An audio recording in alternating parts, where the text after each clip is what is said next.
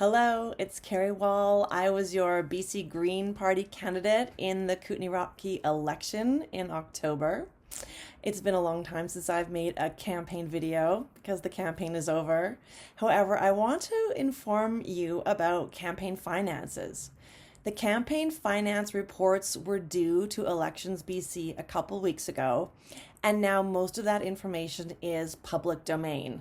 So you were able to go on the BC Elections BC website and read all about the money stuff. It's not completely transparent. You can see the names of a lot of the donors, not all of them. Actually, maybe you can. Their addresses and phone numbers are blocked out, of course, but that's all public information. We've got, I think, a pretty solid infrastructure for managing elections in a way that's very transparent and open. But there is still, as usual, a ton of information that people don't have, and I'm hoping to fill in some of the blanks for you today. This might be a longer video, but again, it's not a campaign. I am not a candidate. This is not election season, and I'm here to inform and educate. So I think a lot of people are interested in money and politics. It's a really important subject, and I hope you listen to this whole video to educate yourself a little bit. For my campaign, I had 27 individuals that donated to my campaign. That's 27 people, including me. So me and 26 other people. I know exactly how much they donated. They donated directly to the campaign. The total donations was just over, well, I can tell you this now. Here, hold on. The total donations to my campaign were $14,301.98. That was from 27 individuals. So the average sort of donation was like $530-ish. But I'll tell you that the smallest donation I got was $25. I got a few of those. I got $25 donations. And then the maximum donation, that's provincially legislated. The maximum any individual can donate to any campaign is, what was it, $1,200? Oh man, I don't have that in front of me. Is like a little over $1,000. Anyway, and I had a couple donations of that amount. Sorry, I don't have that just right now. And then, so Tom Shapitka, who was running as an independent, he was not able to complete his finance reports on time. And I'm pretty sure he gets fined $500 for that.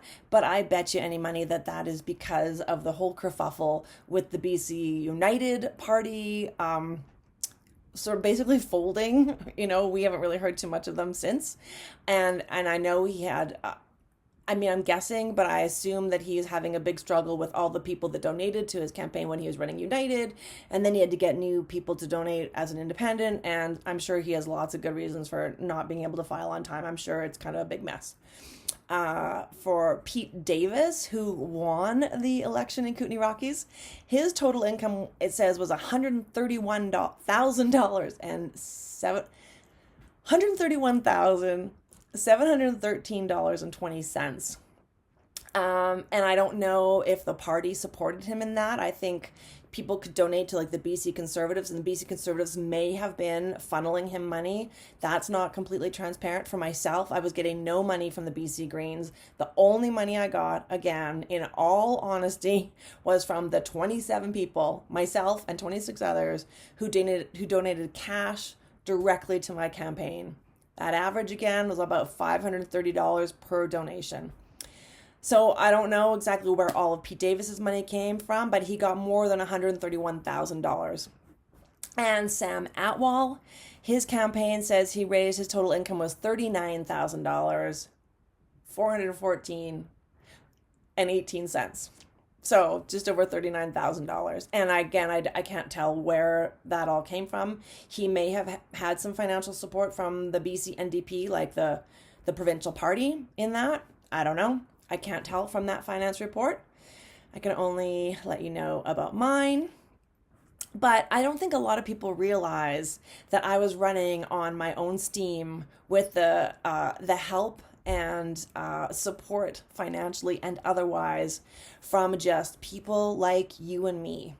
people from around the province. You're not allowed to donate to a campaign in BC unless you are a resident of BC. So I had people from the Kootenay-Rockies and folks from like friends and supporters I know outside of Kootenay-Rockies who live elsewhere in BC who donated. I have a friend in Vernon. I have a friend in Kamloops. A couple of friends in Kamloops donated.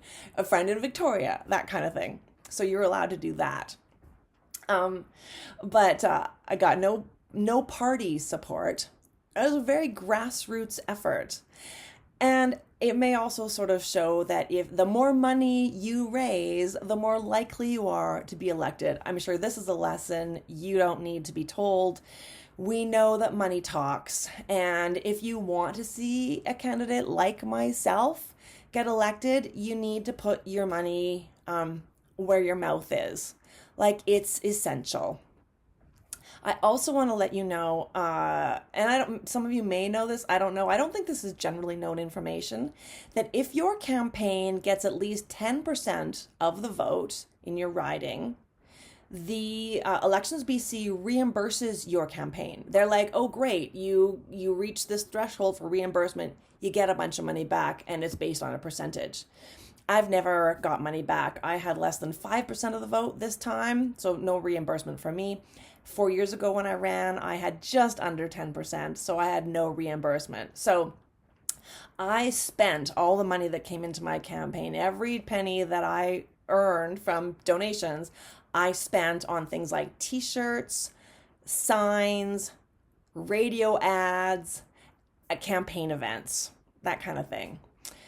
Buttons, I had buttons, and I had postcards that I handed out door to door, all of those campaign materials. So of course, somebody like Pete Davis or Tom Shapika that raised, $100,000, they had tons of radio ads, huge newspaper ads. Oh yeah, I had a little bit of newspaper coverage. They had tons of lawn signs, huge signs all over the ridings. Those things cost money. They had volunteers. They had t-shirts for every volunteer. They could have volunteer events. The more money you have, the more people you can have. Like, it just is a resource. Money is a resource that decides how you allocate all the real resources, like ads, t-shirts, help, campaign offices, all the things like that cost money. So I had very little impact. I had very little money. That's how it goes. But this reimbursement thing is really important for people to understand. If you're ever thinking to yourself, should I support a candidate? Should I even vote for a candidate? If you get 10% of the vote or more, you will have more money to have more impact next time. Like, it goes a long way. I know there's a lot of people who said to me, Carrie, you were my second choice. Carrie, I wish you got in. I wish I could have voted for you. They felt torn. People were worried about vote splitting. But if you vote for the party you want to support, there's a good chance you could get them over that 10% mark and really help them financially. So the amounts that were reimbursed, for example, to Sam Atwal, who ran for the BC NDP, the Elections BC reimbursed him $12,677.36. That goes a long way. I got zero. And for Pete Davis, for the Conservative Party, our new MLA, he was reimbursed $35,000, $35,715.88. Like, that's massive. And Tom Shapika would have been reimbursed as well because he got more than 10% of the vote. But again, his report is not in. So we will just wait and see. I have lots more things I want to say about politics. I don't know how many of you are still interested in tuning into my messages, but this financial stuff is very important. Like, it's a massive part of the whole political picture. And I didn't get into it during the campaign because I was so trying to be on point with the BC Green Party messaging. And also, when you're trying to raise money, it's kind of an awkward time to talk about money. People, I think anytime you're trying to raise money and then you start talking about money, people just think, oh, she's just trying to get our money. But really, I want folks to understand how money and our electoral system work together. That is a real source of power when you have that education. Thanks for your time.